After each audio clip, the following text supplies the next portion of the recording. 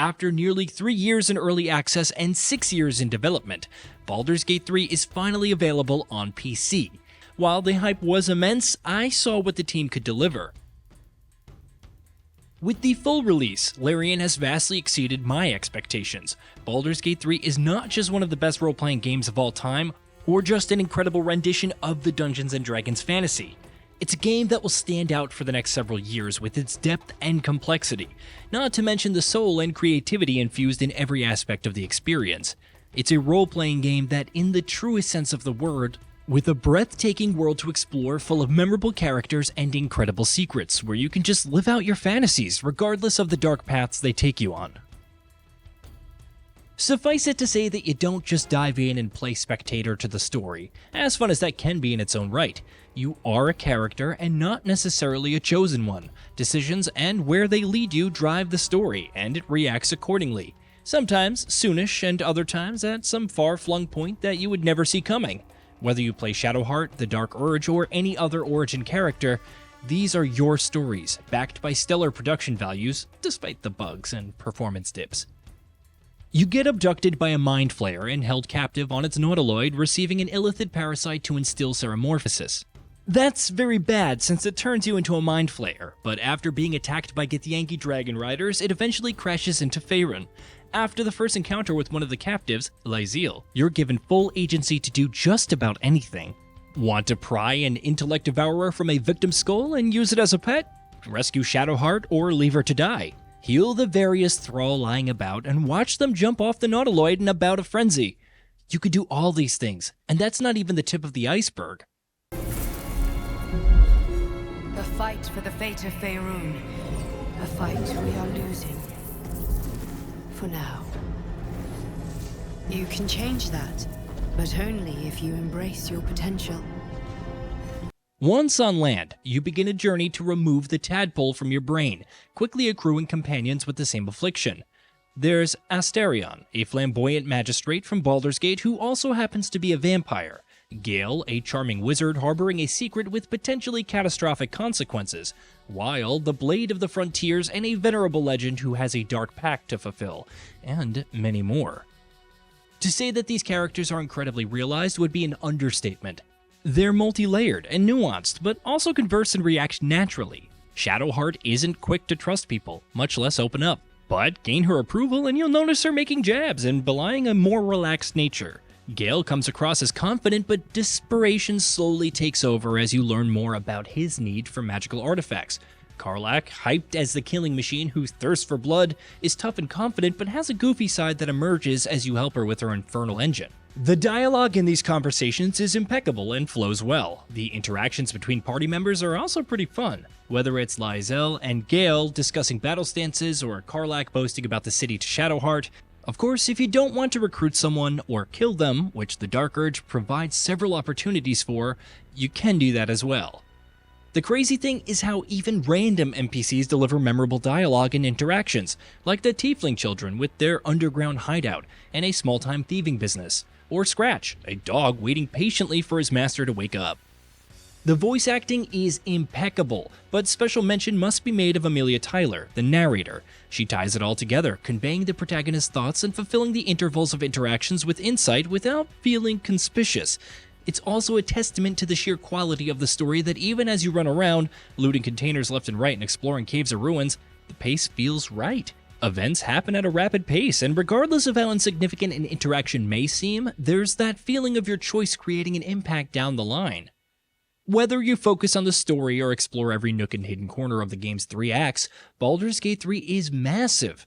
Each companion you has their own questline and background goals to fulfill, and your journal will quickly fill with different side quests. There's something new and exciting around almost every corner, like a site of massacre where you face off against some gnolls, or a barn with some secret weaponsmith plans.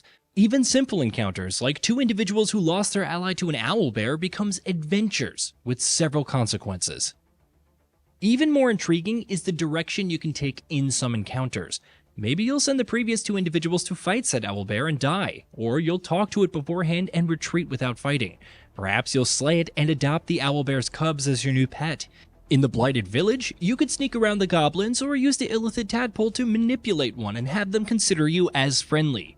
It allows for bypassing a major battle, but you can also use it to set up an attack when their guards are down.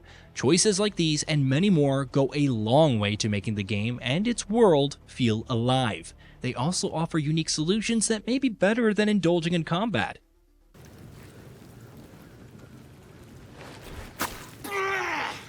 I hope that was worth it, Daddy! Of course, everything is down to the roll of the die. Proficiencies, gear, and skills, especially with other party members providing bonuses, can help turn the odds in your favor. However, your race, subrace, and background can also play a role, such as intimidating someone as a Lothsworn Drow to obtain more information on the Githyanki Crench in the area, or convincing Kaga to release a young thief due to your affinity with nature. The best part is that even if you fail in places, the story still plays out with interesting results. Combat will eventually occur. The die determines several things, whether it's your attack roll and whether it will land on a target, the damage roll, which determines the amount of damage, or the saving throw for mitigating or outright avoiding damage. You also have some incredibly spicy options like jumping for repositioning or shoving enemies, which is incredibly useful if you have the high ground. You can throw things like weapons and even people, create new opportunities, and gain advantages and disadvantages based on the situation. Like the story, combat is where the sheer depth of your build shines. I played as a ranger specializing in ranged combat and could dual-wield swords for flourishes to knock enemies off balance. Eventually, I unlocked the Gloomstalker, which opened up a new avenue for stealth and bonus actions, like applying Hunter's Mark or ranged and melee attacks for free. Though companions start simple enough, their kits provide extensive depth when mixed with everything else. Lae'zel is a strong warrior capable of extra action and attacks like Lacerate. However, she could also become an Eldritch Knight, adding Magic Missile and Chromatic Orb to her repertoire. As a Githyanki, she can also use Psionic Jump action, allowing for greater distances on jumping, which can also be used on other characters. Karla could become a Berserker and dual-wield axes, or a Wildheart, whose Bestial Heart provided different bonuses to nearby party members depending on the animal chosen. This is in addition to Rage, which deals more damage and grants physical damage resistance, and Reckless Attack, which provides an advantage on attack rolls at the cost of enemies also having an advantage against you. Honestly, it's a lot. With hundreds of available spells and actions throughout the game, it can be overwhelming, but in a good way. It's great having so many options to personalize and strengthen your character. I haven't had much opportunity to get into all the gear or feats, but each provides additional bonuses and abilities to further augment builds. Again, all of this, every bit, is just the start. There is so much depth to the experience to talk about, like the Illithid powers that provide new ways to mess with people and enemies, or the hidden things that you can discover with decent enough perception, or the combat encounters themselves, with each feeling unique, inviting you to try out different strategies and even utilize the environment to your advantage, or the appearance part of the character creation system with its staggering amount of options for each race. Regarding the presentation and visuals, the character models look distinct and backed by strong facial animations and motion. Environments are full of details with gorgeous lighting, foliage, and textures throughout. Instead of an overhead camera during conversations, each is a proper cutscene with different camera angles, providing even more immersion and personality. What's even more impressive is that despite being on the lower end of GPUs, GTX 1060 gang rise up, Baldur's Gate 3 offers a solid performance throughout, even on high settings for everything. My experience has been pretty good so far, but there are reports of frame drops in the latter parts of the game, even for those with powerful hardware. It's nothing too severe, and hopefully these will be optimized in good time. This brings us to the bugs, and honestly, for a massive experience like this with so many different systems, events, and characters that play in a large world, the level of polish is pretty strong. It's not flawless though. I encountered a bug which hid Lae'zel's action bar under varying circumstances, which has been fixed by reloading a save.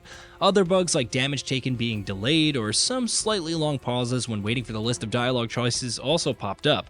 You'll also notice a bit of jank at times in some cutscenes. There was also the infamous save data bug, which resulted in Larian disabling cross saves while investigating a fix. While there's no doubt that the experience will be polished even further with time, I also hope that the inventory system will see some changes. You pick up lots of stuff in this game, and your inventory can quickly become messy. There are filters and categories to sort through it all, and you're free to send things back to the storage chest in camp, which is nice, but it can become cumbersome to manage at times. Regarding the music, every track has been an orchestral delight in keeping with the setting. There's nothing that I can say that would even begin to describe how great it all sounds, so if nothing else, listen to it and be amazed. Baldur's Gate 3 is a triumph for many reasons. Storytelling, combat, dialogue, choices, visuals, music, voice acting, pacing, side quest design, complexity. Everything feels spot on, and the attention to detail is insane. That's not accounting for the sheer replay value with all the classes, subclasses, spells, path decisions, and much more. Even with its imperfections, slight as they may be, Larian has raised the bar for role-playing games. Hey, did you know that we at GamingBolt upload new videos every day? Stick around, drop a like, subscribe, and hit that bell, and let us know what kind of content you'd like to see in the future with a comment below.